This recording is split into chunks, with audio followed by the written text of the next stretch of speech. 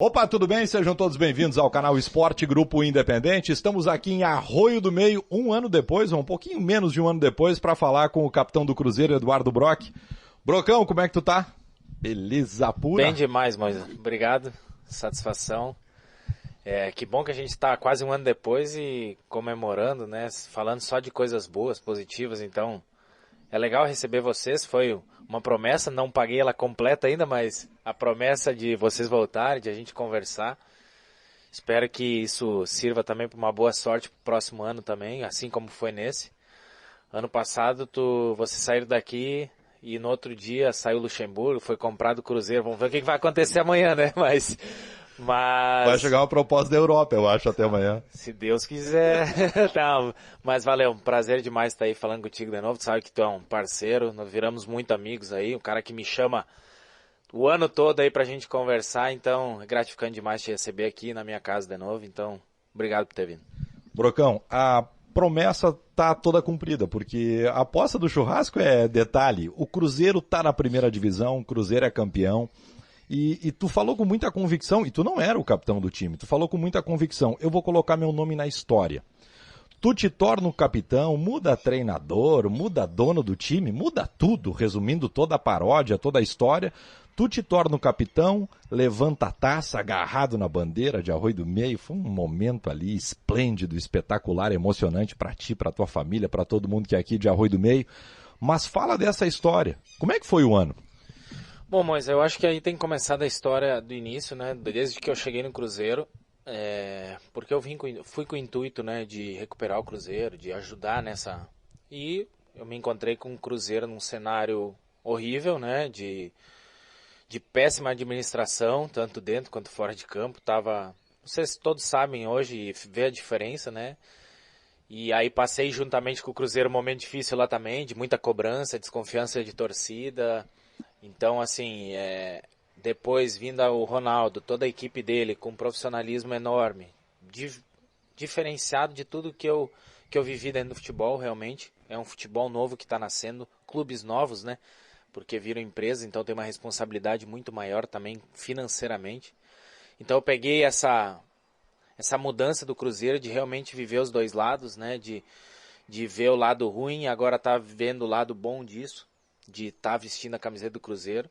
Então foi um ano assim que começou com muita desconfiança de todo mundo, porque quando se tem uma mudança gera desconforto, isso é natural. Para mim não foi diferente, então eu não sabia o que iria acontecer, não sabia qual era a proposta também do clube, como que o Ronaldo, sabia que haveria muita cobrança, mas não sabia como seria conduzido.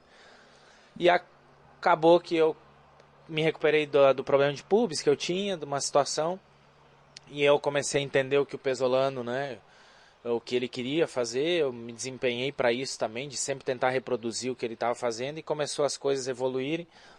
Obviamente que ele me ajudou muito, né, me defendendo publicamente também, pedindo minha renovação de contrato, porque até o momento... O contrato ia terminar, né? Isso, eu acabava em maio e ele pedia minha renovação, e nisso foi com que a torcida foi comprando a ideia do Brock ficar no Cruzeiro. Então eu devo isso a ele, né, já disse para ele, disse várias vezes isso.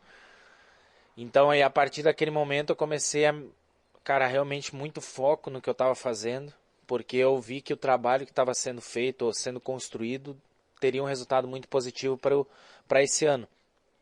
E eu comprei essa ideia, fiz muito, trabalhei muito, não foi fácil. Acho que o Cruzeiro talvez tenha feito parecer que foi fácil a Série B, mas não foi. É porque tivemos um campeonato assim esplêndido, quase perfeito. Então por isso que o resultado assim acabou aparecendo tanto.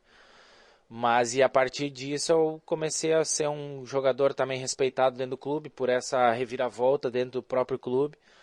E aí vem a questão do capitão, mas que é uma coisa assim de verdade que eu não estava assim, claro que é gratificante demais, mas eu não almejava, não estava querendo buscar isso. Acho que é uma coisa natural que acontece, né, pelo meu jeito de ser, por eu já conhecer o clube, ter vivenciado aquele momento difícil.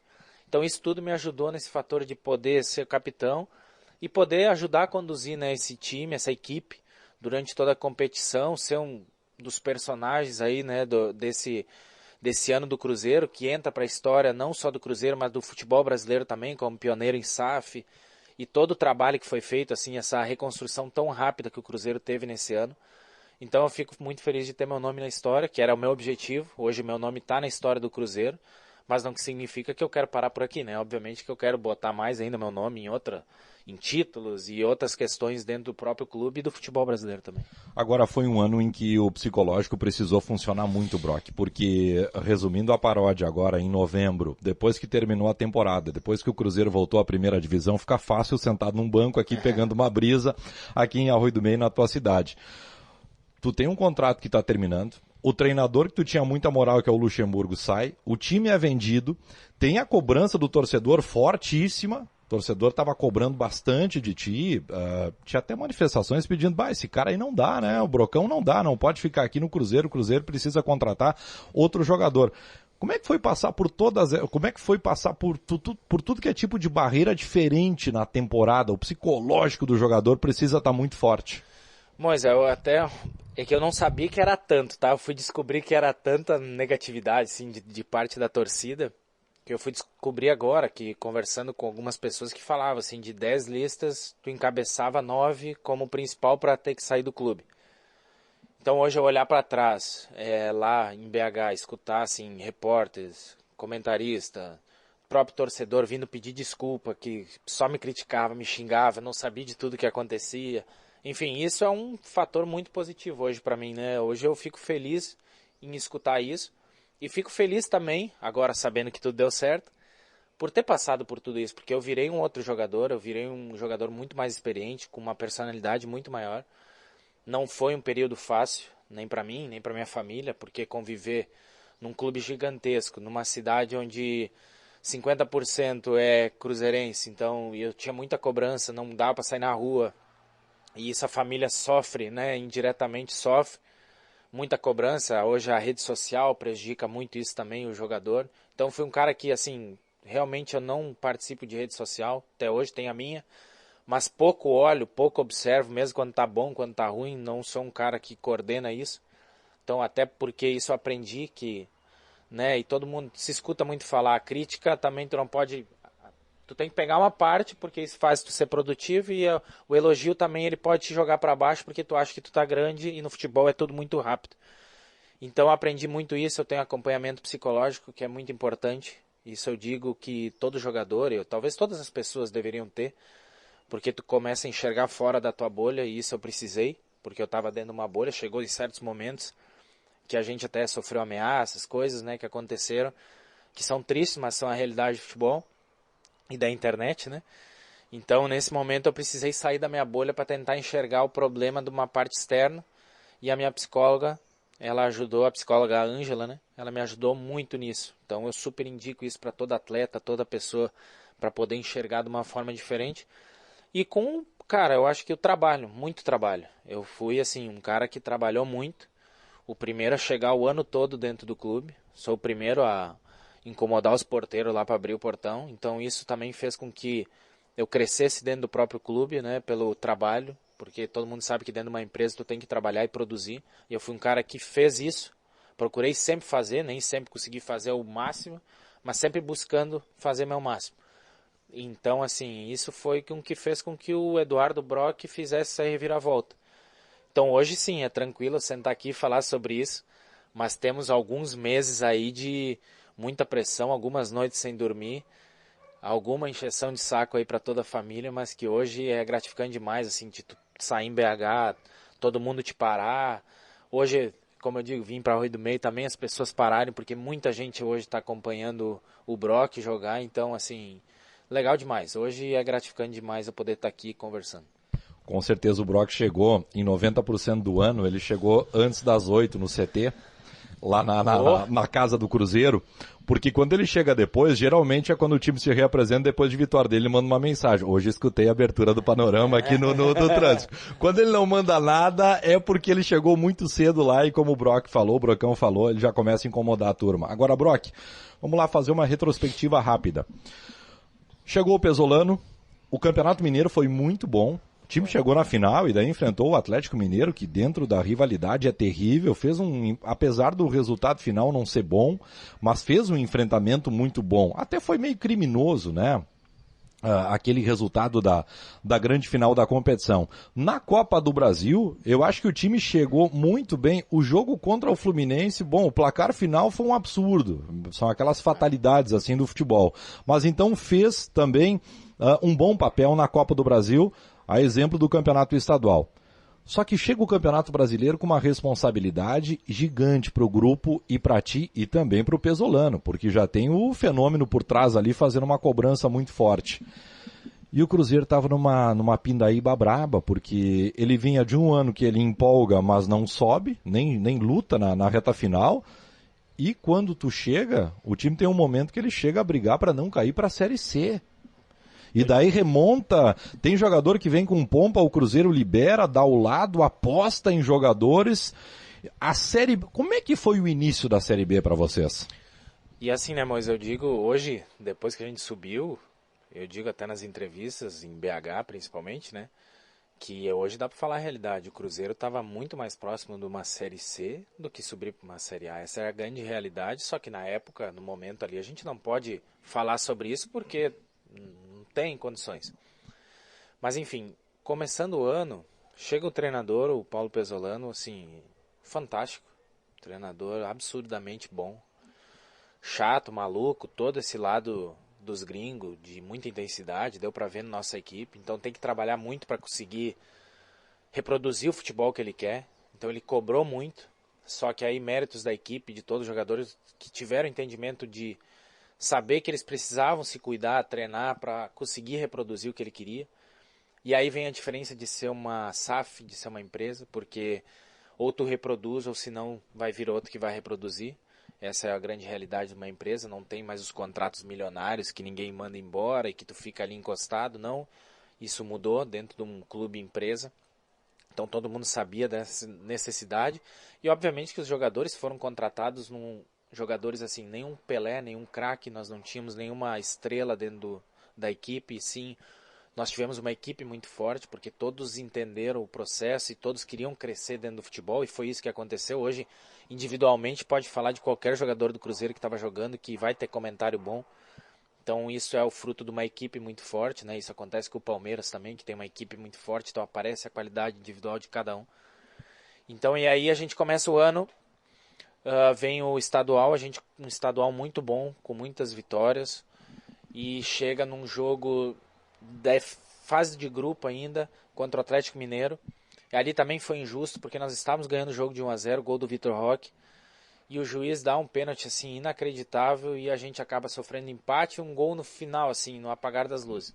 Só que ali a equipe mostrou o quanto nós éramos fortes, o quanto a gente podia enfrentar. Porque até aquele jogo ali, o Atlético Mineiro, eles tinham o entendimento de todo torcedor do Atlético era que o Atlético iria atropelar pela qualidade do elenco, por nome. E ali a gente mostrou que nós tínhamos uma equipe muito forte. E foi o jogo que o Pesolano enlouqueceu na coletiva, né?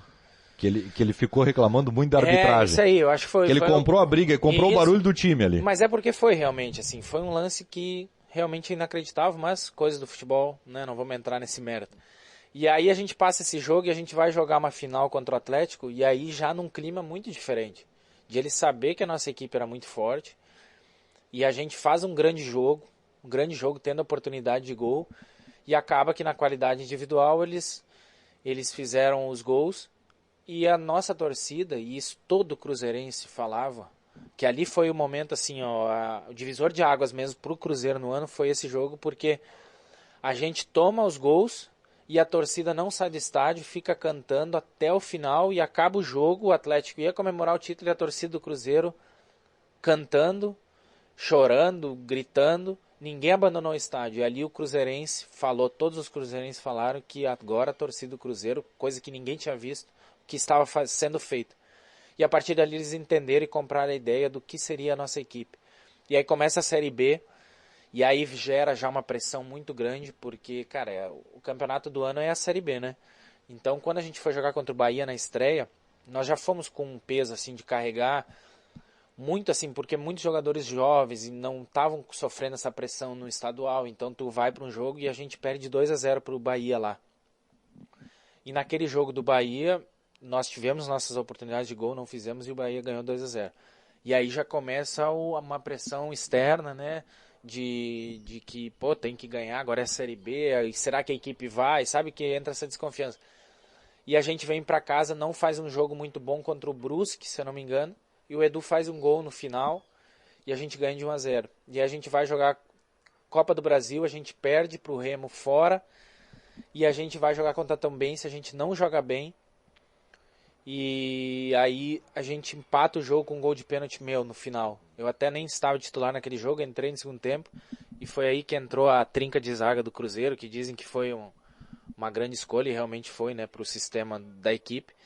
E a partir naquele momento, o time estava sendo criticado, já a equipe, e aí vem a outra diferença de empresa, de SAF. Não chegou nenhuma pressão sobre nós dentro de vestiário, nenhuma pressão sobre Pesolano sai, nada, não houve nada. E a partir daquele momento o nosso time começou a melhorar. Então essa é a diferença também de uma associação, de um clube que a torcida tem muita voz ativa, que diretores, de uma empresa, que é onde o resultado, o trabalho sempre é primeiro analisado antes da pressão externa. Então isso fez uma grande diferença para nós, para começar uma grande Série B. Como é que foi o dia que o gringo pegou a abraçadeira e disse, alemão, é tua? É tua abraçadeira, a minha voz agora no campo é você. É tu que comanda o time. Moisa, eu tinha, na verdade, quando a gente começou, tinha o Maicon, o Sidney, o Rômulo e eu. E ele chegou numa palestra, o Rafael Cabral. E ele chegou e disse, ó, qualquer um desses jogadores podem ser o capitão da equipe. Então, assim, não tenho nada definido, eu acho que todos têm sua importância. E até então, nesse momento que ele disse, eu era talvez o quarto ou quinto ali da fila. Só que acabou acontecendo muitas coisas. O Rômulo acabou sendo capitão no início. E o Rômulo, quando sai da equipe, o Pesolano vem e dá a abraçadeira pra mim. Mas aí era, assim, por alguns jogos que já tinha passado e vendo, assim, que eu tenho o costume de falar, assim, de falar no vestiário, de tentar ajudar todo mundo. Essa questão de chegar cedo, de trabalhar, eu acho que tudo isso valoriza, né, que tem que ter uma responsabilidade muito grande ser capitão, né? Então hoje, pô, eu fico muito feliz de ser o capitão, mas junto de ser capitão vem incomodação, cobrança, tu tem que estar lidando com direção, com o jogador, então é uma responsabilidade muito grande. E no dia que eu começo a ser capitão, feliz demais, né? Feliz demais, mas sabendo que viria uma responsabilidade muito grande. Só que a nossa confiança era mútua, tanto eu com o Pesolano quanto a dele comigo, né? Mútua. Então, assim, com o passar dos jogos, a gente foi vendo e conversando e podendo ter abertura de ir na sala dele conversar. Então, que bom que isso deu certo, essa parceria. Sei que ele confia muito em mim, não quero nunca decepcioná-lo, né? E também eu confio muito nele. Então, é isso que deu certo e deu certo para a equipe também. Legal, estamos conversando com o Eduardo Brock aqui no canal Esporte Grupo Independente.